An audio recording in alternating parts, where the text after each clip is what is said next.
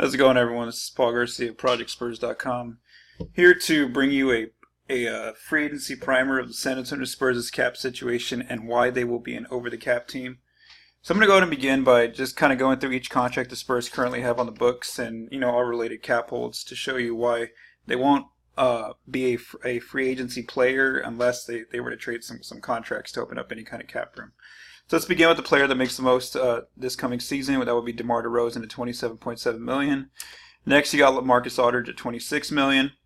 The Spurs have a $13.1 million cap hold on Rudy Gay, and he also has early bird rights, which means that if the Spurs keep his cap hold on the books, they can re-sign him while still having access to the non-taxpayer mid-level exception, which I will get to that in a little bit. So again, this having his cap hold, Rudy's cap hold, this allows the team to go over the cap to re-sign him for a deal north of $10 million. And of course, Rudy is a unrestricted free agent, which means he doesn't have to sign with San Antonio. He could find a deal elsewhere. But again, if they wanted to re-sign him, and there's been reports that both parties have that intention, well then this would allow them to be an over-the-cap team and still keep Rudy Gay. Patty Mills is making $12.4 million. Davis Bertans $7 million flat. Marco Bellinelli is making $5.8 million. Pau Gasol, even though he was bought out of his contract last year, most of that cap hit took effect on last year's cap sheet. But there's still a $5 million charge for this coming season for Pau's deal. So again, he's gonna, even though he's not on the team, he's still considered getting paid by the team with $5 million this coming season. Jakob Poeltl is making $3.7 million. Dante Cunningham is another unrestricted free agent with non-bird rights. So if the Spurs wanted to bring him back too, there's a certain limit. And right now, if they wanted to do that, he'd have a cap hold of $2.9 million, which lets them operate over the cap. The problem there, though, is that the Spurs do technically only have one roster spot available if they were to bring Rudy Gay back. So again, there's 13 guaranteed contracts right now. So if they wanted to bring somebody like Rudy Gay and Dante Cunningham back, well, then that basically maxes them out on roster spots, and they couldn't add anyone else. So for now, I don't think that they'd bring Cunningham back, and if they did, it'd be more so on the veteran minimum or something like that. Brent Forbes is guaranteed for $2.8 million. Lucas Samanic, the 19th pick in the first round of 2019, he hasn't signed his contract yet, but when he does, he will have a $2.7 million. He'll be making $2.7 million in year one of his new deal. Lonnie Walker IV is making $2.7 million also. DeJounte Murray is making $2.3 million. Nikola Milutinov, he has a cap hold of $2 million. Now, there's already been reports that he's not going to come over this season, and this makes sense because of like I said, the roster situation. There's just not a lot of roster spots available. And now that they traded for Jakob Poeltl last summer, the Spurs, it basically means that they're not in a dire situation to add in Milutinov. So if they don't bring in Milutinov, well then they can just write a letter to the NBA by mid-July, inform them that he's going to stay overseas with Olympiacos, and then his cap hold will be removed from this season, and it'll be added on next summer when the Spurs want to try to bring him over if they want to.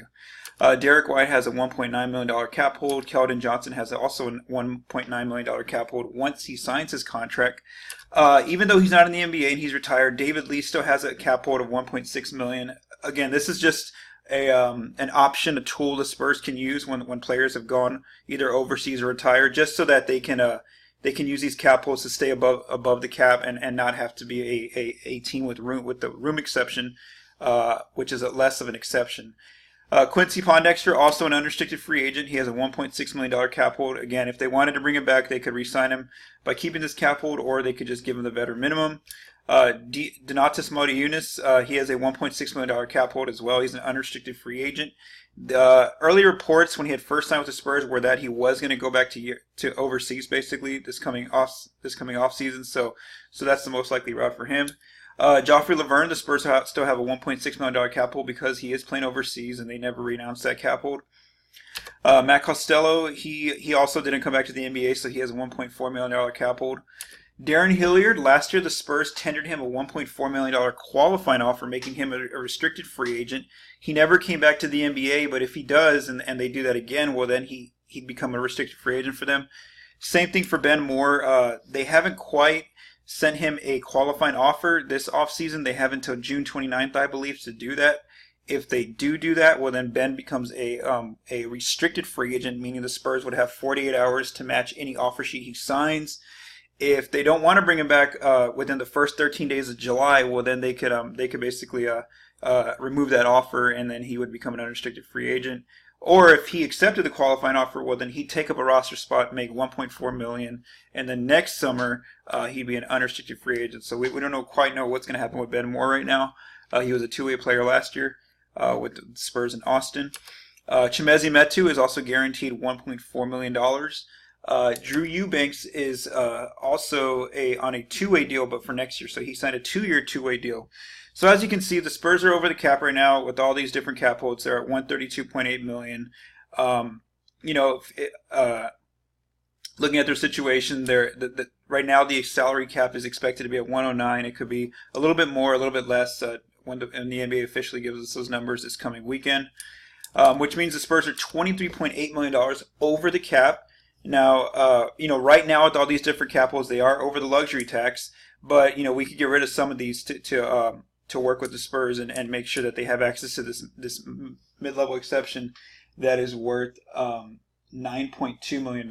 So when you throw in this mid-level exception, this is kind of the projected number for it, $9.2 million.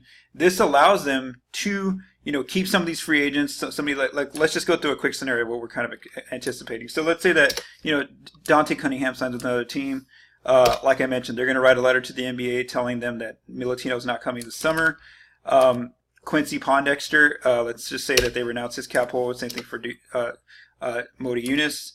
Okay, so in this situation, there's still 24 million over. We could just renounce some of these cap holds just to show you again a quick example. Maybe Matt Costello, also Darren Hilliard, and so again.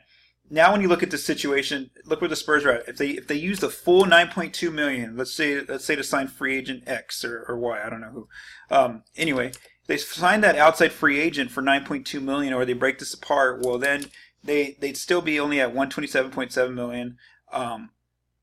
They'd be $18 million above the cap, but they're not quite a luxury tax team. They'd still be 4.2 million away from the luxury tax. So again, they have the ability to re-sign Rudy. At a certain number, over 10 million, and then they'd still be able to use this full $9.2 million to get an outside free agent, whether that's a wing, whether that's a big, depending on what their options are or who they're looking at in free agency coming up this coming weekend. So again, that's just kind of a quick overview of the Spurs' cap situation.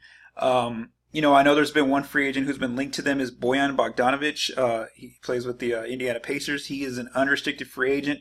Now, his market could be anywhere from about 15 to 18 million. So as you can see, this $9.2 million offer that the Spurs have, it would not be enough for Bojan. So they'd have to be really crafty if they really wanted to bring him and if he really wanted to sign here. They could do a few different things. They could look at possibly trading one of their big guys, whether that's DeMar or LaMarcus. DeMar would probably be the most likely name just because he has an extension that he can sign with the Spurs if they want to present it to him or if he wants to take it. And that's basically this coming off season. And if he doesn't sign that extension, well then next summer he can basically opt out of his player option and then become an unrestricted free agent and sign with another team. So the Spurs could lose out on getting any kind of assets for him if he walks away next summer without signing that extension. So he's a name that you might want to keep an eye on. If they don't want to go with DeMar, they want to keep him and LaMarcus together. Well, then they could also look at trading some role players. And three players who have, I would say, more attractive contracts to other teams are players like Davis Bertans, who's a good shooter, young player, making $7 million. He'll be an unrestricted free agent next summer. Somebody like Marco Bellinelli, a playoff team would probably take him just because he's a good shooter, only making $5.8 million, and he can also be an unrestricted free agent next year. Somebody like Bryn Forbes is making $2.8 million, and another attractive contract, for the production that he provides, and he's also unrestricted. So I think, to get somebody like Bojan at 15 to 18 million, you'd have to get really crafty, and whether that's trading a big name or trading several role players into cap space to other teams, that's the most likely option. There's also an option they could take, which is a sign and trade route with Indiana, but Indiana would have to agree with that. Something like trading Davis Bertans and Marco Bellinelli together. You swap these two guys out, and then you can bring in Bojan at around 15 to 17 million and do a sign and trade with Indiana. The problem with that is though that Indiana would have to accept that they'd have to want Davis and they'd have to want Marco on their team in exchange for losing Bojan. So So there's a lot of different ways that the Spurs can go about this right now. The most likely route is they're going to be very cautious in terms of just probably trying to re-sign Rudy Gay, and then also trying to use that $9.2 million. Now, one option I didn't go over that I wanted to was just saying, what happens if Rudy does leave, if Rudy Gay leaves? Well, in this situation, let's say that he walks away, signs a big deal with the team that strikes out on their free agents, because that's actually an option. Well, then, as you can see, as long as they use their $9.2 million, they're still an over the cap team. 114. So if they lose Rudy, they still have the ability to sign a player for $9.4 million. But again, they can. It's better to keep Rudy, because they could just basically do both. So we'll kind of see what happens up with the Spurs this coming weekend, June 30th, when free agency kicks off, and early into the first part of the week of July, and see what kind of contracts they sign, or if they make any kind of trades to open up some roster space.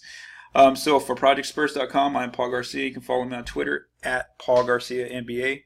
Thank you. Have a great day.